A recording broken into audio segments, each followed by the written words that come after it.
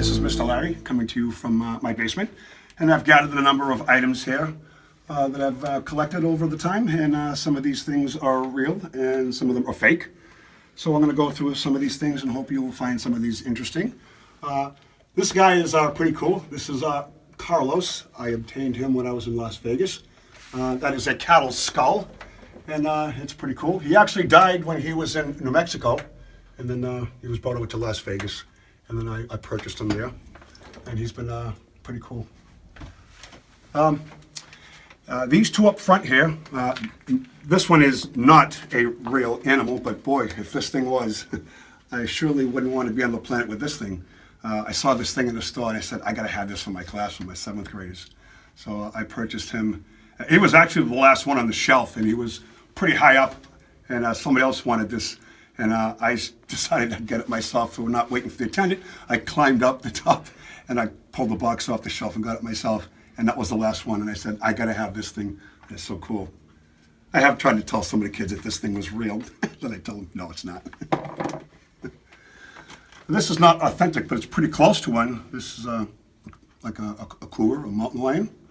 And it's pretty decent. Got some real good bone structure and some teeth there. It looks pretty authentic. I used to sit in one of my tanks in the classroom with my animals. This guy is real. This is my alligator. And I've had him for a long time. He's got some pretty cool teeth. They are really sharp. And this is an alligator as opposed to a crocodile. Alligators, as most of you know, have a rounded figure at the top of the nose. And a crocodile would have his more like pointed. Another thing about alligators and crocodiles, if you look at the distance between the two eyes in inches, it'll give you a distance of approximately how long the animal will be in feet. So that's kind of cool to know that. And he's been around for a while.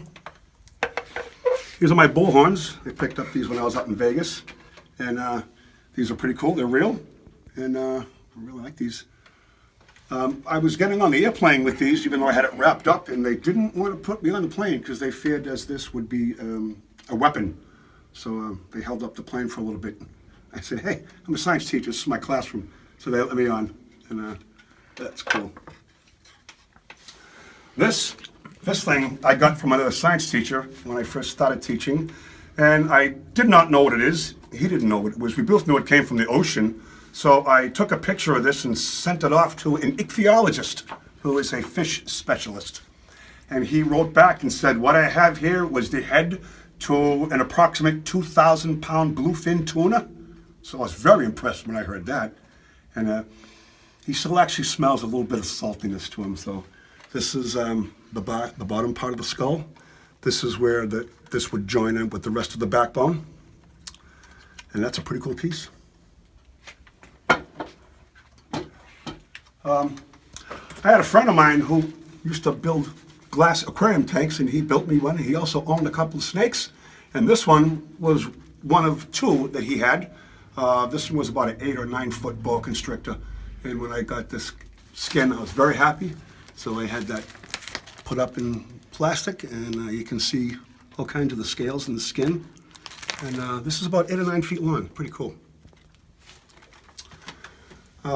This is my raccoon skin cap. I actually still wear this. My uncle bought this for me when I was a little kid, and I actually still wear it. It's pretty warm. The tail is a little bit shortened, but that's a cool feature to have. Authentic. This guy, as most people know, is Bigfoot. I am a big fan of Bigfoot, and I've got my reasons. I happen to believe that animal exists, and it's a matter of time before he's actually found and captured and known to science. And then all the thousands of students I have talked to over the years and saying that that animal exists, he'll be proven someday. I'll be proven right when he's found. So he's pretty cool. This is a one of a kind. This was hand-painted and handmade. I used to have a lot of animals in my classroom, and I had a 5-foot-long iguana. It looked almost exactly like this. And this is pretty cool.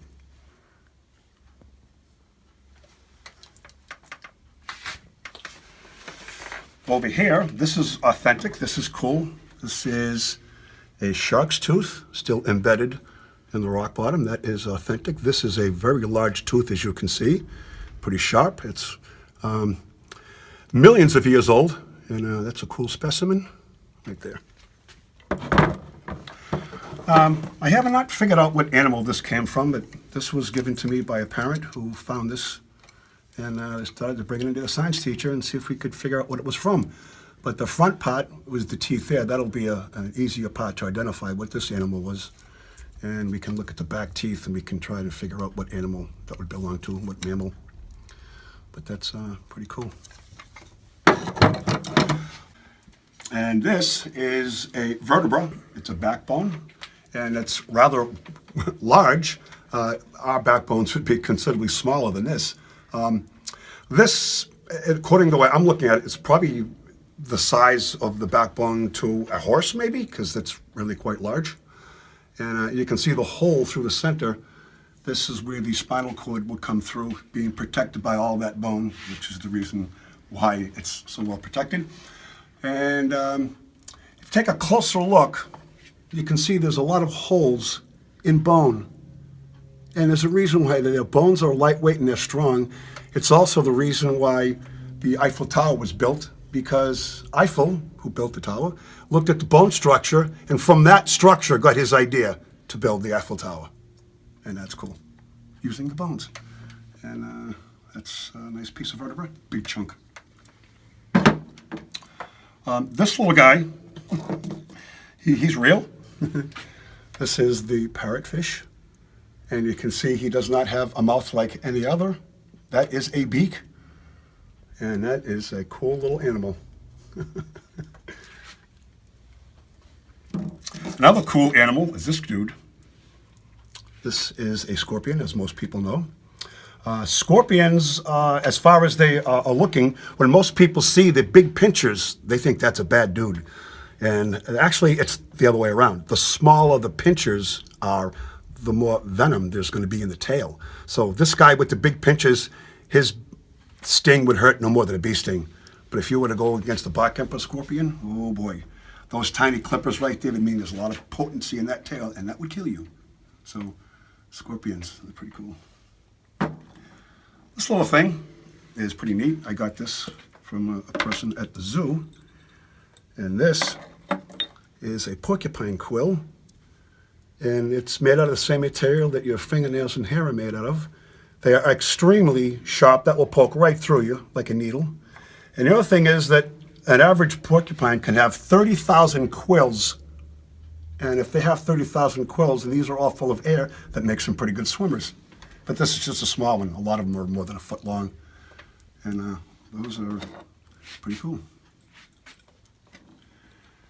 All right, that seems to wrap it up what I got here. Later on, I'll be getting into my rocks and minerals, which are over here. And I got quite a lot of it to go through. And thank you for joining me, and we'll see you in the next time.